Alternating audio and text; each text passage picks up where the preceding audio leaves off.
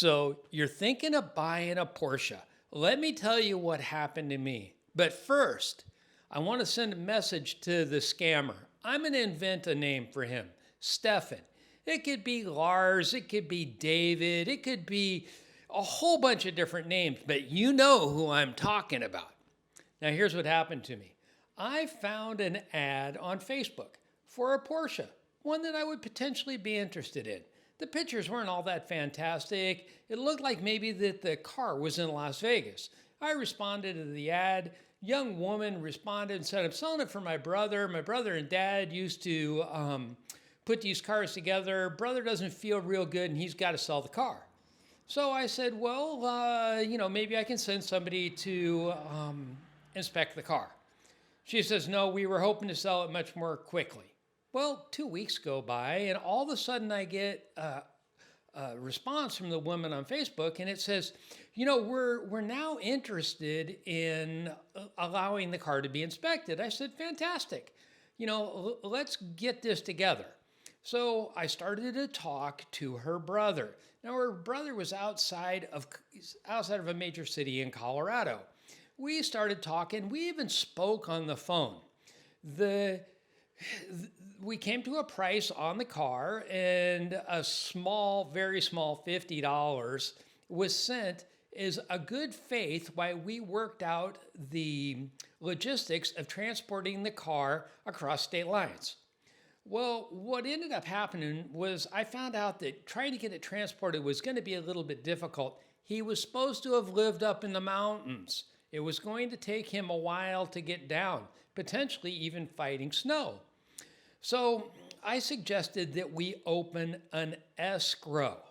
Now, escrow is something that could save a lot of people a lot of grief. What I was willing to do was send the money to an intermediary third party, just like when you're buying a house, and allow the car to be loaded on a transport, and as soon as it was loaded and inspected by the driver, the money be released.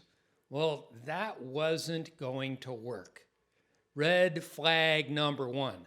I'm willing to pay for the entire escrow, but the gentleman doesn't want to do that and ensure that the car will be loaded. Red flags, of course. Boom, boom, boom. I'm a prior mortgage banker and real estate broker. I understand that if you send a wire in a matter of a few minutes, it's there. If this gentleman wouldn't allow me to load the car and pay for the intermediary third party, something's wrong. He had assured me everything was fine. He even sent me a copy of his passport and the VIN for the car. Well, I went into one of the VIN identification systems that federal law enforcement has put together. I ran the VIN and found out it was a legitimate car, but it did not come back to a registered owner. So I thought, I'm going to investigate a little bit more. I have a background in law enforcement. I thought, what is this? Well, in the background search that comes up along with VIN verified, it's just basically public information that's out there. The address matched, the VIN number matched, the name that he was using matched, the number on the name on the passport matched, everything matched. I thought, this is just a little too odd. I found a way to contact the person outside of the contact methodology that had been given. Now, one of the things that happened was they asked me when I made the deposit to send it to a certain email address. Well, through Zelle or Zelly, however you pronounce that. And it was not his same address. Another small red flag. He said it was going to be a gift for his nephew. It seemed plausible. Well, when I contacted the real person at the real address with the real title, guess what? He'd already sold the car. He'd even given somebody his passport information and a copy of the title. I called title in Colorado, and it was a legitimate title. Hadn't been registered in a couple of years. I asked the gentleman, the scammer, hey, have you had it registered? He says, oh, yeah, it's registered right now. And he even sent me back a picture of the license plate, but you couldn't see the tag, so you didn't know whether it was actually registered. But he was really trying hard. So I thought about this point in time, we're going to contact the authorities. And I did. I got a hold of the sheriff's department in my local county. The other gentleman got a hold of the sheriff in his area. Well, who knows where this scammer is? Well, I played along. And what I did was I said, please send me the wire information. He sent me the wire information through Citibank. I delayed a little while. I invented a story about how one of my friends had died. Wasn't true. And that I was going to need a little time. I've tried to get the name of that account. You've got to have ID if you're going to open up a Citi account or have a Zelle account. So what I've done is I've tried to build a pathway back to him to give to federal law enforcement, because that's what it's going to take. I pretty much have to walk away from this right now knowing that he's got my $50. Well, if you're going to buy a Porsche, a PPI is $1,000. What's $50? If you can't afford to invest $50 to do your due diligence, you probably made a mistake. But if you're thinking of buying a car out of state, any collector's car, really, honestly, consider an escrow. Anyone that would not consider an escrow, especially if you're willing to pay for it, then why do business? Your money's secured. You know the car's going to get loaded. The car's going to arrive.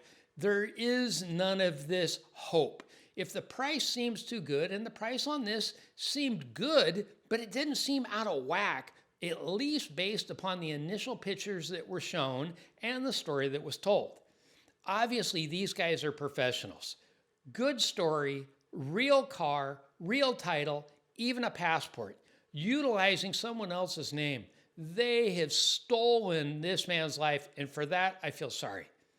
I'm going to put the VIN number of the car down here in the bottom. Hopefully, if this shows up again and anybody else searches for that VIN, then they're going to find it. You'd want to use really good due diligence and make sure that the car exists and that you're really dealing with a seller.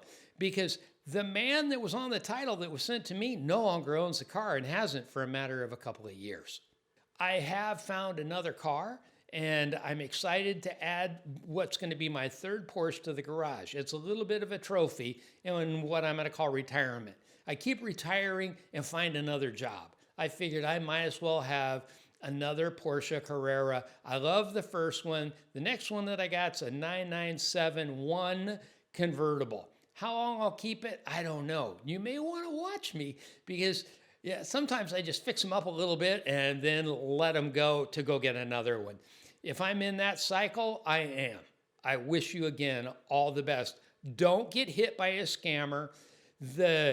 I don't recommend any specific escrow company, but if you want to know more about escrowing a car, you can go to escrow.com. That was the one that I would use. They were actually licensed in Colorado as, to do exactly this kind of business. They're licensed, insured, bonded. It's all covered. Again, have a good day and happy driving.